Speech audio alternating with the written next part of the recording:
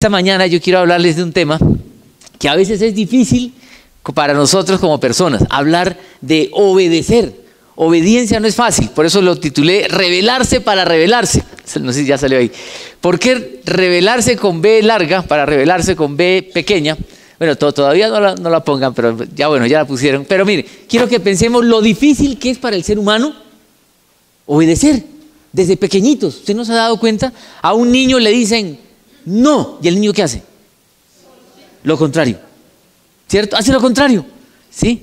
Yo recuerdo una vez que estaba visitando a un amigo que tenía dos niños chiquitos, uno gateador y uno un poquito más grande, y estábamos hablando y el niño aprovechando y el papá cuidando, echándole, claro, cuando uno tiene niños chiquitos, estaba haciendo cualquier cosa, como hablando y con un ojo, ¿cierto? Viendo al mugre gatear por ahí. Entonces, cuando de pronto ve que el chiquitico comienza a ir hacia el tomacorriente así. Y el papá le dice, hijo, no. Y el niño, al ratico mira, ve que seguimos hablando y otra vez. Y el papá, hijo, no. Y él, otra vez. 3 veces, a la tercera otra vez. Y el papá, hijo, que no. Y el hermano mayor reacciona, lo ve, el mayor un poquito más grande le dice, ya había vivido. Desde pequeñitos uno puede ver la desobediencia en el corazón humano, ¿cierto? Somos desobedientes por naturaleza. Es más, cuando alguien brinca una norma, a veces se celebra inclusive, uy, tan avión es, ¿sí? Esa es la viveza criolla de la cual muchas veces hacemos alarde, burlar como la norma. Y creo que vivimos en una sociedad así, donde se burlan las normas. Uno ve en la calle a los ciclistas, a mí me gusta andar en bicicleta, los ciclistas, por ejemplo, está en rojo, pero él ¡pum!, se lanza. Y el peatón también. Alguien, a veces yo prefiero andar hasta por la calle que por la ciclovía. Y él dice, ¿pero por qué? Es que vea, en la calle los carros lo matan, pero en la ciclovía lo mata la gente, lo mata las motos, los carros que salen, los huecos. Es terrible todo, uno tiene que andar mirando para todos lados. Si uno se pone a pensar, si uno trata de ver, una vez iba con un turista, bueno, aquí está André, por favor no le traduzcas eso, iba con un turista, iba a recoger a mi hijo y la ruta que hay para recoger a mi hijo es una ruta estrecha y los carros se paran por todo lado, hacen doble fila, hay huecos, y yo decía, ¡ay, Dios mío! ¿Cómo le explico? Cada hueco, no, esos son reguladores de velocidad para que uno no...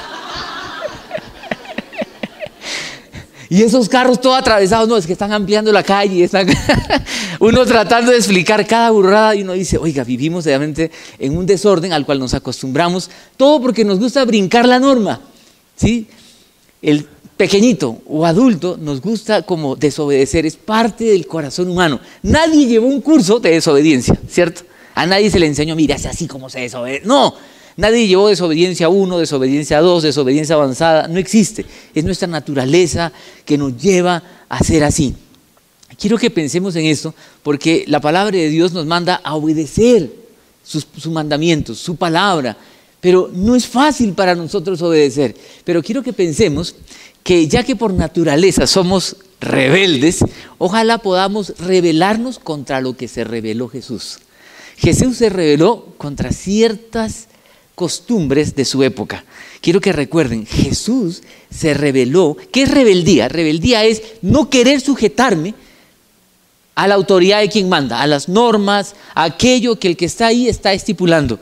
Pues los religiosos de la época, ustedes recuerdan los fariseos, eran gente que empezó muy bien. Nosotros siempre decimos, fariseos, todos esos feos. No, los fariseos empezaron bien.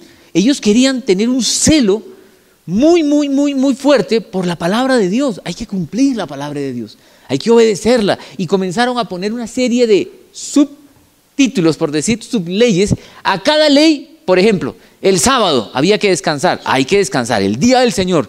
Pero la pregunta era, ¿y qué es descansar? ¿Qué se puede y qué no se puede hacer? Nada. ¿Pero qué es nada? No, mire, usted puede hacer esto, puede caminar tanto, si camina más de tanto, ya está faltando la ley. Y un montón de cosas, pero quiero que pensemos, el propósito inicial era muy bueno. Ellos querían ser muy cuidadosos y muy celosos, pero se pusieron tan al detalle con las cosas que perdieron, ojo con esto, que esto es parte de la naturaleza humana también, perdieron el sentido de las cosas. Por eso que Jesús fue objeto de crítica. Recuerden, por ejemplo, cuando Jesús sanó a un hombre el día de reposo, ¿se acuerdan? Yo les pregunto, ¿Jesús no estaba desobedeciendo la ley. Si el día de reposo no había que hacer nada. Pero ellos tenían reglas que, por ejemplo, si tu animal, tu buey, caía en un hueco, tú podías rescatarlo porque la vida del buey ahí primaba. Y Jesús les dice, si ustedes hacen eso con animales, ¿no puedo hacer eso yo con una persona que está sufriendo? Y Jesús le dice, el día de reposo fue creado por causa del hombre, no el hombre por causa del día de reposo. Y Jesús era visto como un rebelde, ¿sí? Por cosas como estas. Otra, por ejemplo, la de lavarse las manos. Había todo un ritual de purificación de lavarse las manos. Obviamente uno se lava las manos antes de comer por higiene, ¿cierto? Pero ellos tenían todo un ritual también. Pero ellos se volvieron tan estrictos con esto que cuando vieron a Jesús, y quiero que hagan el ejercicio, pónganse en en las sandalias de los fariseos. Viene este hijo de un carpintero que no es de nuestra estirpe, no es de nuestra descendencia, y viene a hacer esas cosas. Dígame, ¿no nos escandalizaríamos? Y luego se sienta a una mesa con los publicanos y los pecadores de la época. ¿Quiénes eran los publicanos? Los recaudadores de impuestos que trabajaban para el Imperio Romano. Y todo lo que cobraban de más era para ellos. Eran odiados, detestados por el pueblo. Yo les pregunto, si nosotros fuéramos los fariseos, los religiosos de esa época, ¿no nos escandalizaríamos otra vez? Y diríamos, ese Jesús está como medio raro, ¿o no? Sinceramente. ¿Sí o no? Sí, diríamos, oiga, ¿qué pasó? Por eso es que los religiosos de la época comenzaron a acusar a Jesús. A señalar. Ahora, Jesús se sentaba a la mesa con ellos, porque no quiero que alguien salga de aquí y diga, bueno, entonces yo como Jesús me voy a sentar a la mesa de un montón de borrachos ahí. No, Jesús estuvo con ellos, pero Jesús no pecó en lo que ellos pecaron. Jesús dijo, yo estoy aquí, y te recuerden que dijo, estoy donde dice, los que necesitan. Y él estaba allí, pero él no participó en lo que ellos hacían. Pero todo esto fue motivo de escándalo. Por eso, cuando Jesús, en ese texto que quiero que miremos, vean lo que dice en Mateo capítulo 5, el versículo 20. Vean lo que dice. Porque les digo a ustedes, le dice al pueblo, a la gente que está escuchando, a la gente que admiraba a los religiosos de la época. Les digo a ustedes que no van a entrar en el reino de los cielos, a menos que, ¿qué dice? Su justicia. Cuando habla su justicia, habla de los principios y valores que hacen una forma de vida, un estilo de vida. Lo que está diciendo es, a menos que su forma de vivir supere ¿a quién? A la de los fariseos y los maestros de la ley. Esta gente era admirada por el pueblo porque conocía mucho de lo que diríamos hoy sería la Biblia de aquel entonces. Era la gente que ayunaba 2 veces a la semana, oraba 3 veces al día. Era la gente respetada, los doctores, maestros, expertos en la interpretación de la ley. Pero Jesús le dice, si la vida de ustedes no supera a la de esos, ustedes no van a entrar. Yo creo que esto fue un escándalo cuando Jesús dijo eso. ¿Cómo creen que se sintieron los fariseos y maestros de la ley? Es como que hoy alguien dijera, si su estilo de vida no supera lo de los pastores, ustedes no van. Los pastores, ¿qué diríamos? Oiga, ¿qué le pasa? Respete, ¿cierto? ¿Sí o no? Estos eran los duros, ¿sí? Y Jesús le dice al pueblo, ustedes tienen que vivir por encima de lo que viven estos sinvergüenzas. ¿Y estos cómo vivían? Ellos vivían, otra vez, empezaron muy bien, muy celosos, pero habían perdido el sentido de las cosas. Y lo que quiero que pensemos es en esto. Jesús se rebeló contra la religiosidad hipócrita de su época. ¿A qué me refiero con religiosidad? Cuando la gente se fija tanto en las normas y no en la esencia de las cosas. Y quiero que pensemos que hoy nosotros podemos caer fácilmente. Es más, yo siempre oro y le pido, Señor, yo no quiero, porque miren, una persona conoce a Jesús. Hoy dice, yo quiero conocer a Jesús. Y lo primero que le decimos es, ore, lea la Biblia y venga a la iglesia. Y la persona puede levantarse y orar, leer la Biblia y venir a la iglesia. ¿Eso está bien o no? Sí, pero puede hacer eso y no ser un creyente. Porque todo eso se puede volver hueco, vacío. Simplemente lo hago porque me toca. Y la gente hasta se jactan. Yo todos los días leo la Biblia. ¿Usted la lee todos los días?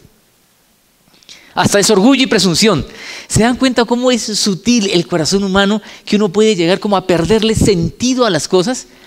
Si lo comparamos con otros aspectos de la vida, miren, religiosidad tiene que ver con aquello que el hombre hace porque quiere agradar a Dios. Religión, en pocas palabras, es lo que el hombre hace para llegar a Dios. Cristianismo es lo que Dios ha hecho para llegar al hombre. Es al revés. Y cuando uno vive el cristianismo, uno quiere. Es como, imagínense esto, salimos de aquí, bueno, vamos a salir temprano, pero los que vienen a la segunda reunión salen, uno sale con hambre o no. Imagínense llegar a la hora del almuerzo y decir, tocó almorzar. Y en la noche, tocó cenar. Y cuando hay que dormir, ya es hora de dormir, toca dormir. Qué rico más bien almorzar con hambre, ¿o no? Cuando usted tiene hambre, vea, todo le sabe rico. ¿Sí o no? Y qué rico acostarse y dormir, cansado, profundo, ¿cierto? No que acostarse y dar vuelta en la cama y nada que puede dormir. Qué rico ver a su pareja y decirle, venga para acá, mamita, ¿cierto? A decirle, buenos días, te amo, para que no diga que no la amo, ¿cierto? Porque toca darle un beso. Miren, eso es religiosidad, cuando uno hace las cosas porque toca y le pierde sentido a las cosas. Levantarse un domingo en la mañana y tengo que ir, hace poco hablaba con un hombre que iba a una iglesia pequeña y salió de su iglesia muy maltratado espiritualmente y me decía, yo tenía que llegar siempre muy puntual. Digo, bueno, qué bueno, lo felicito, pero no porque yo quería, era porque tremendo vaciadón que me pegaba el pastor que se hacía en la puerta porque... Sí, y la iglesia era pequeñita. Y hay que yo me retrasara en mis ofrendas. Él sabía que a mí me pagaban 15 y 30. Si el 16 no estaba, me llamaban. ¿Qué hubo? ¿Usted está otra vez pecando y ofendiendo al Señor? Él dio una transfería y ¡pa! Ya. Oiga, qué bueno darle al Señor generosamente por amor. Pero yo no estoy dando para que no me regañen. Hace muchos años, aquí en la iglesia, en la Cofra Salitre, yo le dije a la comunidad, a la iglesia, mire, yo no miro quién da y quién no da. Y alguien me dijo, no diga eso, porque la gente va a dejar de dar. No, uno debe dar por amor, ¿sí me explico? Esos religiosos de la época, ¿sabe qué hacían? Les gustaba llamar la atención. Cuando ayunaban, recuerden cómo Jesús los critica, cuando ayunaban, ¿qué cara ponían? ¿Se acuerdan? Ponían cara así. ¿Cómo estás? Ayunando. ¿Qué tal? ¿Sí? ¿Cómo vas? Sí, esto es duro. ¿Sí? Jesús le dice, lávate la cara. ¿Sí? Que no se dé cuenta la gente que estás ayunando. Tu Padre en el cielo sí sabe que lo estás haciendo y Él te recompensará en público. Lo que quiero que pensemos aquí, lo que Jesús atacó duramente y se rebeló duramente fue contra la religiosidad hipócrita de su época. Y gente que era admirada, creo como hoy también en muchos lugares, se admira la religiosidad. Y una de las cosas que Jesús atacó fuertemente fue eso. Él se rebeló contra esa religiosidad. Y por eso algunos llegaron a pensar que Jesús estaba violando la ley. Y por eso este texto empieza en el versículo 17 diciendo lo siguiente. Vean lo que dice, por favor. El 17 dice, no piensen que he venido a ¿qué? A anular. No he venido a anular. Porque algunos decían, este se está burlando del sábado, de todo lo que hacemos, está pisoteando la ley. No, yo no he venido a anular la ley o los profetas, porque los profetas en el Antiguo Testamento siempre le decían al pueblo, vuelvan los ojos al Señor. Siempre decían, vuelvan a la Torá, los libros del Antiguo Testamento, los 5 primeros libros, vuelvan a la ley. Los profetas enfatizaron eso, los profetas no se dedicaron a decirle a la gente si se va a casar, no se va a casar, si va a ser rico, si va a ser pobre. Como hoy muchos profetas andan hablando barbaridades, los profetas siempre buscaron que las personas volvieran sus ojos al Señor. Y Jesús dice, yo no he venido a anular la ley o los profetas, no he venido a anularlos, sino he venido a darles ¿qué? Cumplimiento. Jesús vino a dar cumplimiento. Miren, la ley del Señor es buena, no es mala, es lo mejor que nos puede pasar. Así como uno como papá, como mamá, le da órdenes a su hijo por el bien de ellos, ¿o no? Usted como papá no le da órdenes para el mal de ellos. Cuando le dice, no coma chitos, tómese la sopa, no es porque usted lo odia, es porque la sopa lo va a alimentar más que un par de chitos, ¿sí? Jesús vino a cumplir la ley. La ley es buena, pero es imposible para nosotros cumplirla. La pregunta es, si es imposible cumplirla, entonces ¿por qué Dios la dio? Para que nos demos cuenta que somos pecadores y necesitamos del Señor. La ley es para hacernos caer en cuenta quiénes somos, pecadores necesitados, pero Jesús sí la cumplió. Y no solamente la cumplió sin tacha alguna, sino que Él es el cumplimiento de toda La ley, en Él se cumple. Él es el centro de toda la Escritura. Toda la Escritura, de Génesis a Apocalipsis, el personaje central es Él. Vino a cumplir, y dice el 18, les aseguro que mientras existan cielo y tierra, ni una letra, ni una tilde de la ley desaparecerán hasta que todo se haya. Lo que Jesús le deja claro es, señores, yo no estoy burlándome de la ley. Yo la respeto y la cumplo. Lo que no estoy de acuerdo y ante lo que me estoy rebelando es contra esa interpretación de la ley y con las formas que ustedes tienen que ni siquiera ellos mismos podían cumplir. ¿Ven lo que estamos diciendo? Lo que quiero es que pensemos seriamente en eso, cómo tan fácilmente nosotros podemos caer también en esto. Yo recuerdo cuando empecé a caminar con el Señor, yo mismo me ponía ciertas normas, ciertas reglas y me di cuenta, pero ¿por qué uno hace eso? Porque uno en su ánimo de agradar al Señor puede convertirse en alguien así. Vean, qué precioso orar en el desayuno, en el almuerzo, tomarse de la mano con la familia, llorar. ¿No es bonito? Pero que nunca se vuelva una religiosidad donde toca orar. ¿Sí me explico? Una vez estábamos en una reunión y había gente que era muy así. Yo dije, ¿aposta? Si yo oré en silencio y luego comencé a comer. Y me dijo, pastor, no hemos orado. Yo le dije, ¿yo sí? Porque ¿quién dijo que tenemos que orar en grupo? Recuerdo una vez en una reunión de oración. Estábamos reunidos orando, me invitaron y nos sentamos y de pronto, vamos a orar. Peticiones, Y comenzamos a orar y varios se arrodillaron. Y yo me quedé sentado. Y el que estaba a mi lado me dijo, de rodillas, pastor. Y yo le dije, ¿y qué sentado es que no me escucha el Señor? Y el tipo me miró como... Y al final pudimos hablar y tener una buena charla y todo. Pero lo que quiero que noten es, ¿se dan cuenta cómo nuestro corazón, por un lado es rebelde? ¿Sí? Pero por otro lado nos gusta como pegarnos a formas que creemos que en ellas. Por eso vuelvo y repito, esta gente, esos religiosos de aquella época, no empezaron mal, empezaron bien. Pero con el tiempo va pasando eso. Hay un autor, Andy Stanley, hablando de las iglesias.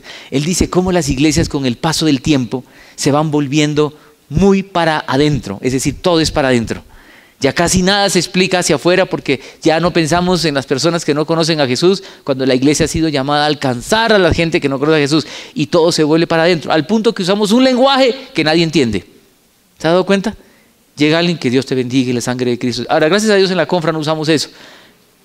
Pero tengamos cuidado porque a veces llegan personas y llegan con eso y nos dicen, ay, tan lindo ese saludo, y empezamos a repetirlo. Y al final nos volvemos una subcultura dentro de la cultura. Yo pregunto, ¿es eso lo que quiere el Señor? Por eso hay gente que todo el tiempo dice, ay, el Señor, el Señor, el Señor. Y Jesús dice, no todo el que me dice Señor, Señor, entrará en el reino de los cielos. Conocí una iglesia que tenía la norma que no damos consejería prematrimonial si primero no se han bautizado. Tenía la norma. Y yo le dije, ¿y por qué? Porque vienen y nos toman el pelo. Queremos gente madura que quiera tomar una decisión madura. ¿Saben? Eso está en la palabra de Dios. ¿Dice eso la Biblia? Si una parejita que no conoce a Jesús viene y me dice, ¿usted me puede ayudar y dar consejería? ¿No les parece una gran oportunidad para hablarles de Jesús? Claro. Por eso ese mismo autor, Andy Stanley, dice, yo prefiero conversaciones a políticas. Porque muchas veces preferimos como las políticas. Recuerdo que una reunión también que se había puesto como... Es que cuando uno habla de gracia, hay gente que lo lleva a la desgracia, ¿cierto? Me acuerdo de una reunión donde la gente llegaba tarde todo el tiempo. Entonces el que dirigía la reunión dijo, a partir de ahora, el que llegue tarde va a pagar multa. Y la multa va para un refrigerio. Todo, uy, ¿cierto? Porque pues no la vamos a comer nosotros. Entonces todo el mundo llegaba temprano y ¿quién llega tarde? ¡Ay, llegó tarde! ¡Paga! Pero una vez llegó tarde una persona en muletas. ¿Sí? ¿Sí? Y uno dijo, paga, yo sé muletas, pero paga, papá. ¿Sí? Y otro dijo, oiga, no, tengamos consideración. El hombre pues se accidentó hace 3, 4 días, hace el esfuerzo de venir porque lo mandaron a reposar y el hombre se esfuerza por llegar. Si nos basamos a la ley que estableció ese grupo, ¿la ley qué diría? ¿Tiene que pagar o no? Claro, la ley, todos se pusieron de acuerdo y dijeron, el que llega tarde, paga. Pero si queremos pensar en la gracia, decimos, él tiene razones, él no debió haber llegado a la reunión. Y si no llegaba, no pagaba. Porque no llegó, simplemente no llegó tarde. Pero él hizo el esfuerzo por llegar y por su limitación llegó tarde. Y alguien dijo, hagamos una exención con él, porque él tiene un motivo. Es diferente a aquel que llega tarde porque se levantó tarde, porque no puso atención, porque no quiso. ¿Entendemos lo que queremos decir? Jesús le dio repugnancia, perdónenme la expresión, todo lo que esos religiosos de su época hacían. No habían perdido el sentido de las cosas. Por eso Jesús dice, vean, yo he venido a cumplir, no he venido a anular. Y en el versículo 19, vean el siguiente versículo, quiero que lo vean aquí en la pantalla. Dice, todo el que infrinja, por eso Jesús muy celoso de que se cumpla, todo el que infrinja uno solo de estos mandamientos, por pequeño que sea, y enseñe a otros a hacer lo mismo, será considerado ¿qué? El más pequeño en el reino de los cielos. Pero cuando leamos cualquier texto, y más la palabra de Dios, ese pero es un contraste. Pero está contrastando el que infringe con el que, con el que los practica y enseña. Vean el contraste. El que practica y enseña, el que infringe. La palabra de Dios es buena, es lo mejor que nos puede pasar, pero es imposible para nosotros cumplirla. ¿Por qué Dios nos la dio? Para que nos demos cuenta que somos pecadores. Pero el que lo practique y le enseñe será considerado grande en el reino de los cielos. Pero aquí surge la pregunta, Señor, Él se rebeló contra la hipocresía y la religiosidad para revelarnos, con B pequeña, la verdad del Evangelio. ¿Y cuál es la verdad? Que practicarlo y enseñarlo. Pero ¿cómo si no puedo? Quiero que pensemos en esto. Desde el Antiguo Testamento, el nuevo pacto, ¿en qué consiste?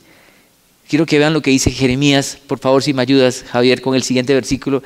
Desde el Antiguo Testamento se anuncia y se profetiza lo que va a pasar. Este es el nuevo pacto que después de aquel tiempo haré con el pueblo de Israel. Nosotros somos el pueblo de Israel. Afirma el Señor. Pondré mi ley ¿en dónde? En su mente. ¿Y la escribiré en dónde? En su corazón. Yo seré su Dios y ellos ¿qué? Serán mi pueblo. En vez de tener la palabra de Dios aquí, bajo el brazo. ¿Dónde está? Ahora la palabra de Dios usted la puede cargar acá, ¿cierto? En el celular. Una vez abrí la palabra y la leí así y me dijeron, ¿dónde está su Biblia, pastor? La Biblia ojalá usted la tenga no solo, ni siquiera en el celular. Ojalá la tenga aquí y aquí. Y pueda recordar la palabra. Dice, la pondré, dice, en su mente y la escribiré en su corazón. ¿No le ha pasado que a veces en momentos de necesidad Dios trae a la mente versículos que usted tiene aquí y aquí? Hay un texto que yo amo mucho, que me ha ayudado mucho, lo memoricé siendo muy, muy pelado, apenas conocí al Señor. Y es un versículo que me ha acompañado en los momentos de mayor necesidad. El Espíritu Santo como que trae eso al corazón y a la mente. Cuando Jesús dice, estas cosas les he hablado, para que en mí tengan paz. En el mundo tendrán aflicción, pero confíen, yo he vencido al mundo. Jesús le dice eso a sus discípulos antes de enviarlos, antes de despedirse. Estas cosas les he hablado para que en mí tengan paz. En el mundo tendrán aflicción, pero confíen, yo he vencido al mundo. Escribiré la ley en su mente y las escribiré ¿en dónde? En el corazón. Yo seré su Dios y ellos serán mi pueblo. ¿Qué está diciendo? Que lejos de yo esforzarme por tengo, es el mismo que va haciendo la obra dentro de nosotros. Ezequiel lo dice de otra manera. Vea el siguiente texto en el Antiguo Testamento. Dice así, dice, les daré un nuevo ¿qué? Corazón y les infundiré un espíritu nuevo. Les quitaré ese corazón de piedra, porque nuestro corazón es de piedra, rebelde, desobediente contra lo bueno. Ojalá nos rebelemos contra la maldad más bien. Dice, corazón de piedra que ahora tienen, y les pondré un corazón como de carne. Y vean lo precioso, vean esto que es espectacular. Infundiré mi espíritu en ustedes, pondré mi espíritu en ustedes. Y haré, ojo, subráyelo si quieren en la mente y el corazón y en su Biblia. Y haré que sigan ¿qué? Mis preceptos y obedezcan mis leyes. ¿Quién va a hacer posible que usted y yo podamos obedecer esos mandamientos que humanamente es imposible obedecer? ¿Quién? Él en nosotros, su espíritu en nosotros. Por eso que una persona que se acerca al Señor vive esa revolución que hay por dentro y comienza a dejar de hacer cosas y comienza a hacer otras que no podía hacer. Si antes tenía debilidades, adicciones, las comienza a dejar por el poder del Espíritu de Dios. Por eso una persona que se acerca al Señor es un milagro de Dios. Y no tiene que ser un alcohólico vicioso, no. Una persona comienza a dejar la mentira, comienza a dejar el rencor, la hipocresía, la indiferencia. y comienza más bien a amar, a servir. Por eso que cuando en una comunidad cristiana estamos con que lean, oran, ore, sirvan, eso no es vida cristiana, eso es religión. Por eso no quisiera que saliéramos de acá diciendo, voy a orar más, voy a leer más. Es, Señor, llena mi vida y que tu Espíritu Santo transforme mi corazón y haga de mí una persona activa para servirte. Haga de mí una persona generosa que quiere dar. Haga de mí una persona amorosa que quiere servir. Lo que nos debe mover a hacer todo lo que hacemos, que alma, campamentos, retiros, reuniones, toda esa reunión demanda una logística. Ha tenido que ensayar, preparar canciones, preparar las diapositivas, todo lo que se hace por amor, pero nunca porque toca. Toca es religiosidad. Quiero. Eso es vida cristiana. Por eso dice, haré que sigan mis preceptos y obedezcan mis leyes.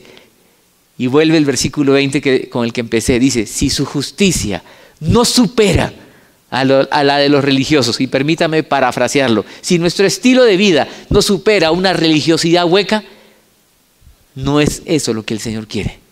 El Señor quiere realmente que nosotros vivamos una verdadera relación con Jesús, no algo hueco, repetitivo, que toca, sino realmente una profunda relación con el Señor Jesucristo. Por eso, a manera de conclusión, yo les pongo algo aquí en la pantalla. Si me ayuda Javier, por favor. Dice así, los mandamientos del Señor son ¿qué? Para nuestro bien. Eso no es un versículo ya, es una conclusión a la que quiero llegar después de todo esto. Son para nuestro bien. Y Él pone su Espíritu en nosotros para que podamos vivir de acuerdo a ellos. Rebelémonos contra la hipocresía, la religiosidad. Y revelemos con B pequeña la verdad de Jesús a los que nos rodean, llevando la buena noticia del Evangelio. Hay mucha gente que no quiere llegar a Jesús, que no quiere llegar a una iglesia, ni quiere saber nada de Cristo ni de la Biblia, porque se ha hecho una imagen terrible de lo que son los cristianos, de lo que es Dios, de lo que es Jesús. Desafortunadamente, por personas que han hecho quedar mal a Jesús. Yo les confieso, cuando era pelado, yo no quería saber nada de cosas de Dios ni de la Biblia, porque me parecía tan, pues, amaba a Dios, me crié en un colegio religioso, pero detestaba toda esa parafernalia y toda esa religiosidad, porque cuando me invitaron a una iglesia cristiana salía el pastor, y casi con una voz ultratumba, bienvenido hermano. Yo decía, ay Dios, vea, lo que detestaba, yo decía, qué horrible, detestaba a los pastores, y Dios me convirtió en pastor. Pero dije, yo quiero ser diferente, como Jesús quiere que seamos. Porque el Señor ve el corazón cuando la gente está pensando solo en lo externo. Le pongo 3 preguntas para pensar. Una pregunta para reflexionar. La primera, dice, ¿quiere rebelarse contra la hipocresía? La religiosidad del tiempo, de esta época. Tanta gente que a veces canta en todos lados, ¡ay Señor! Y luego sale y está echando la madre al primero que se la atravesó. Sale de la casa bravo después de pelear con el marido pero están bravísimos, llegan acá y comienzan a cantar, ¡ay, somos uno, Señor! Sí. Dios quiere profundidad en el corazón. Que podamos servir, dar, invitar, todo por amor. ¿Quiere rebelarse contra la hipocresía? Lo segundo que le pongo es, ¿qué espera el Señor Jesús de nosotros en cuanto a la ley del Antiguo Testamento? En pocas palabras, ¿qué espera? Que la obedezcamos por el poder de su Espíritu Santo en nosotros. Ese es el milagro del Evangelio. Y la tercera pregunta, ¿quiere revelar la verdad de Jesús a otras personas para que otros sepan que seguir a Jesús es lo mejor de la vida y no lo terrible, aburridor que muchos han hecho ver la vida cristiana? Y no es así. Es lo mejor para nosotros, seguir a Jesús y vivir como Él quiere que vivamos. Ese es el Evangelio. Jesús en nosotros y a través de nosotros. Esa es la relación entre Jesús y la ley. Jesús nunca la anuló, vino a cumplirla de verdad. Por eso lo que sigue más adelante es, oyeron que fue dicho, pero yo les digo, no contradiciendo, sino ampliando, dándole el verdadero sentido. Va a decir, ustedes han leído, no adulterarás. Yo les digo, si tú miras a una mujer y la codicias, ya adulterás en tu corazón contra ella. Va más allá. Ustedes han oído, no matarás. Yo te digo, si tú odias a tu hermano, ya lo mataste en el corazón. ¿Sí se da cuenta? Va más allá. Ese es el milagro del Evangelio, de transformar nuestras actitudes. Porque hay gente que dice, yo no he hecho nada malo, pero tampoco nada bueno. Es el Evangelio el que tiene que transformar nuestra vida. ¿Cómo queremos vivir? ¿Religiosos como aquellos que Jesús criticó? ¿O queremos vivir siguiendo las pisadas de Jesús? Obedezcamos su palabra por el poder de su Espíritu Santo en nosotros. Vamos a orar y pedirle al Señor que Él siga haciendo ese milagro si ya lo ha hecho.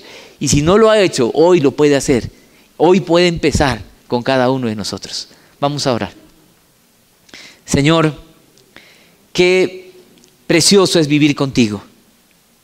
Líbranos, Señor, de vivir una vida de obligación porque nos toca. Queremos cada día leer tu palabra porque ella nos fascina y nos encanta. Despierta en nosotros esto, Señor. Queremos orar como en este momento y buscarte con toda el alma porque disfrutamos hablar contigo. Señor, queremos poder cantar a tu nombre porque nuestro corazón vive enamorado de ti. Señor, queremos poder servir, hacer cosas para que otros te conozcan por amor a ti y amor a otros. Señor, líbranos de vivir en piloto automático haciendo las cosas porque simplemente hay que hacerlas. Señor, queremos vivir de verdad la vida que tú quieres que vivamos. Gracias porque tú has puesto tu Espíritu en nosotros. Que tu Espíritu en nosotros nos haga vivir como tú quieres que vivamos. Esa vida, la mejor vida que ser humano en esta tierra pueda vivir, en el poder de tu Espíritu, siendo transformados por ti. Gracias porque tú estás trabajando así con la vida de cada uno de nosotros.